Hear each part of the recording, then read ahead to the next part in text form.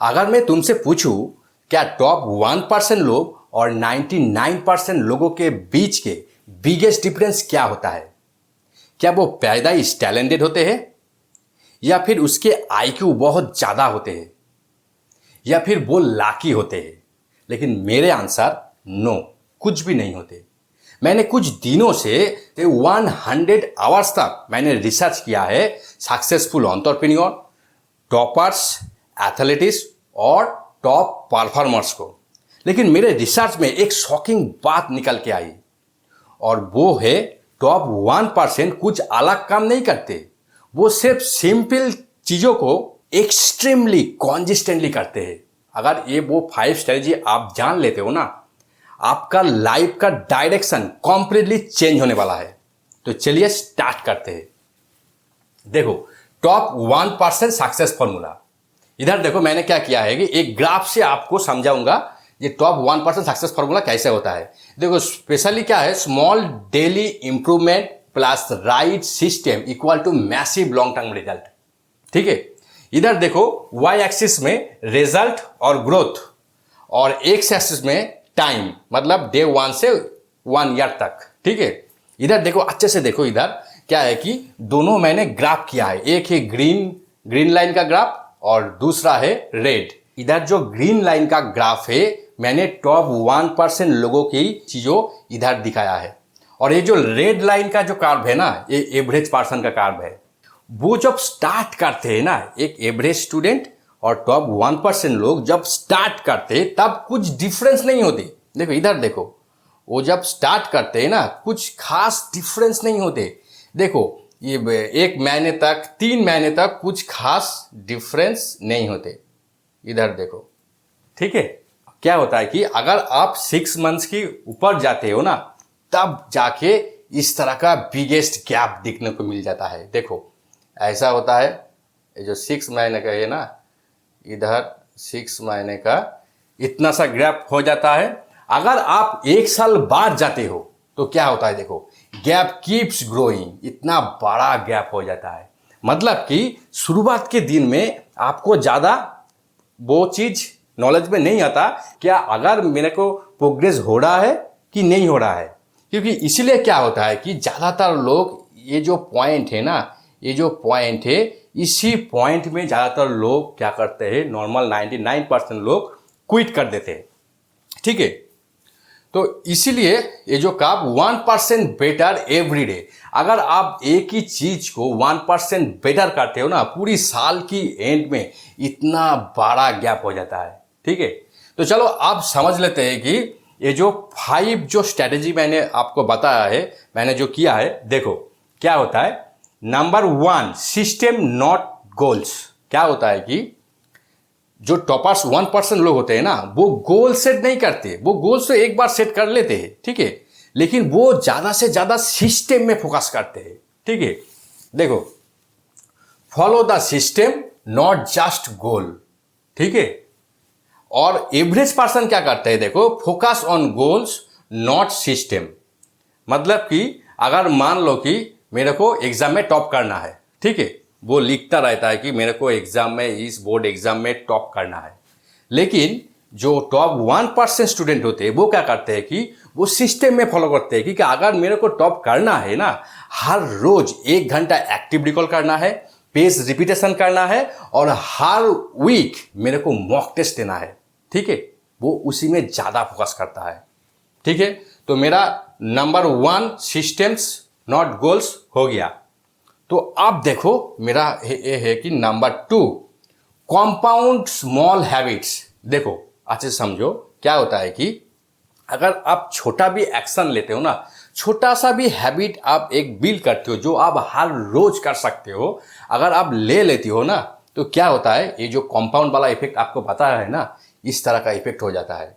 Build small habit daily, build small habit daily. लेकिन average person क्या करता है, देखो इधर देखो, इनकॉन्सिस्टेंट हैबिट।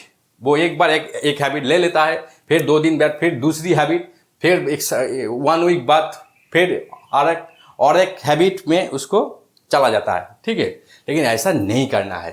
1% लोग क्या करता है कि अगर एक टीनी हैबिट्स भी आप हर रोज एक्सट्रीमली कॉन्जिस्टेंटली करते हो ना, तो आपका पूरी साल की एंड में इतना ज़्यादा डिफरेंस हो जाता है कि एवरेज पर्सन वाले लोग जस्ट सोचते रहते हैं।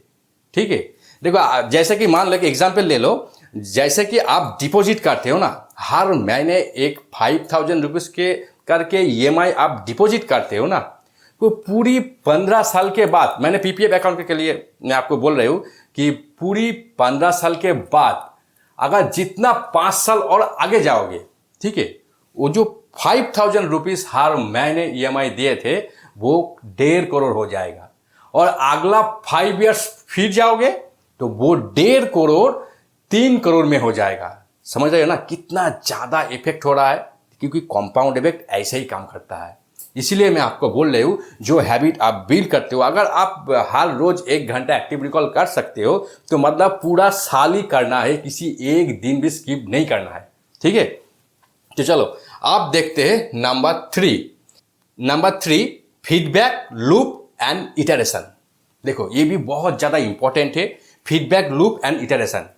क्या है कि टॉप 1% लोग क्या करते हैं कि वो एक चीज को पकड़ लेते हैं, वो जितना जल्दी हो सके ना उतना जल्दी उसको एक्सपेरिमेंट करते हैं। ठीक है, और एक्सपेरिमेंट करके एक रिजल्ट आता है, उसको एनालाइज करते हैं, फिर उससे एडजस्ट करके फिर दोबारा ट्राई करते हैं। ये जो प्रोसेस है, ये जो इटरेशन साइकिल है ना, इस इटरेशन साइकिल के लिए इसको बोल रहा है कि feedback loop and iteration cycle.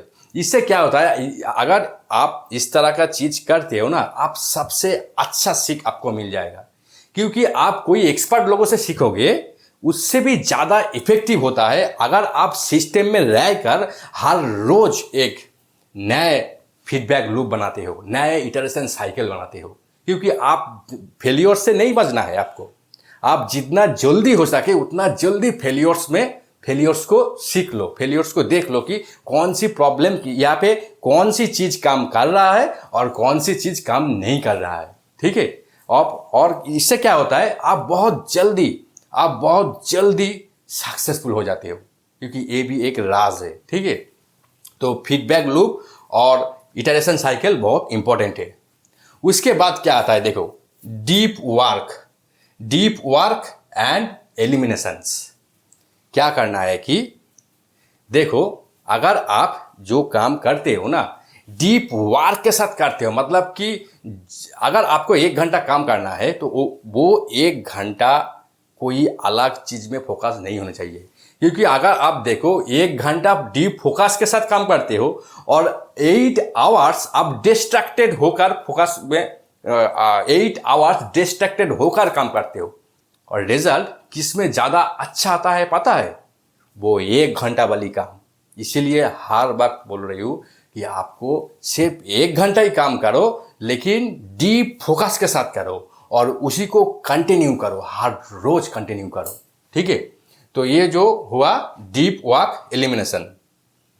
क्या बोल रहे हैं, देखो एवरेज स्टूडेंट क्या करता है, लिटिल टू नो फीडबैक, वो कभी फीडबैक नहीं लेते। इसलिए उसको क्या होता है कि वो उसका जो गलत कहाँ पे हो रही है उसको पता ही नहीं चलता, क्योंकि यहाँ पे डेटा बहुत ज़्यादा इंपॉर्टेंट हो जाता है। अगर आपके पास डेटा है आप राइट डिसीजन ले सकते हो। ठीक है, तो चलो आप देखते हैं नंबर 5 आइडेंटिटी बेस्ड हैबिट। देखो आइडेंटिटी बेस्ड हैबिट क्या है, टॉप 1% लोग क्या करता है ना, वो किसी काम को वो गोल्स पे फोकस नहीं करते। ठीक है, वो एक हैबिट्स पे फोकस करते, वो आइडेंटिटी वाला बेस्ड हैबिट बिल्ड कर लेते। जैसे कि मान लो कि आपको इस एग्जाम में टॉप करना है, टॉपर बनना है। ठीक है, तो आप क्या करते हो कि मेरे को बोलते हो कि नहीं मेरे को इस बोर्ड एग्जाम में टॉप करना है, मेरे को बहुत सारा पढ़ाई करना है, हर रोज पढ़ाई करना है। ठीक है, आप ऐसे जब कमिटमेंट करते हो ना, वो कमिटमेंट बहुत ही वीक हो जाता है। ठीक है, लेकिन टॉप 1% स्टूडेंट ऐसा नहीं करते।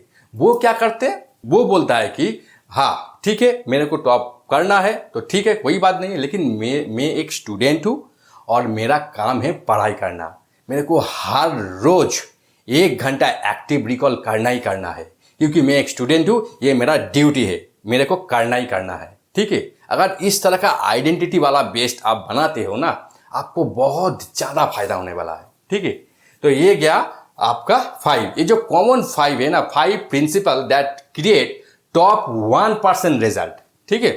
तो एक छोटा सा मैंने रिकैप कर देती हूँ कि नंबर 1 सिस्टम नॉट गोल्स, पहले सिस्टम पे फोकस करो, गोल्स पे नहीं। नंबर 2 कंपाउंड स्मॉल हैबिट, जो हैबिट्स कर रही हो उसको कंटिन्यू करो, हर रोज कंटिन्यू करो। अच्छा, number 3 feedback loop and iteration, मतलब कि आपको फेलियर्स से भागना नहीं है, जितना जल्दी हो सके उतना जल्दी फेलियर्स को सीख लेना चाहिए, उससे डेटा निकलता है, उस डेटा से आपको डिसीजन लेना है, ठीक है। और नंबर 4 है डीप वर्क एलिमिनेशन, मतलब कि आपका जितना भी डिस्ट्रैक्टेड काम है ना उसको एलिमिनेट करो और सिर्फ डीप वर्क पे फोकस करो, चाहे वो 1 घंटा है, वो भी बहुत ज़्यादा हो जाता है। 8 घंटा डिस्ट्रैक्टेड पढ़ाई से भी। आप देखते हैं कि आइडेंटिटी बेस्ड हैबिट्स, क्योंकि अगर आप इस तरह का आइडेंटिटी बिल्ड करते हो आपको कंसिस्टेंसी वाला कोई प्रॉब्लम ही नहीं आएगा कभी भी, ठीक है। तो ये जो सारी प्रॉब्लम है, तो मैंने यहाँ से एक फॉर्मूला निकल के आता है, देखो क्या है कि अगर आप कंसिस्टेंटली काम करते हो, पेशेंस के साथ काम करते हो और राइट स्ट्रेटेजी, मतलब कि आपको वो डेटा एनालिसिस करके वो राइट स्ट्रेटेजी मिल जाएगा, ठीक है, तो आप टॉप 1% के लोगों के अंदर लिस्ट में शामिल हो सकते हो। अगर आपको इस वीडियो यूजफुल लगा और इस वीडियो को लाइक करो और सब्सक्राइब करो, और आपका मन में कोई ऐसा चीज है जो आप डीप रिसर्च करके उसका आंसर जानना चाहती हो तो मेरे को कमेंट करो, मैं उससे वीडियो बना दूंगा। तो आज के लिए इतना ही, और मैं मिलता हूँ आपसे नेक्स्ट वीडियो में, और तब तक के लिए स्मार्ट सोचो, बेहतर सीखो और आगे बढ़ते रहो।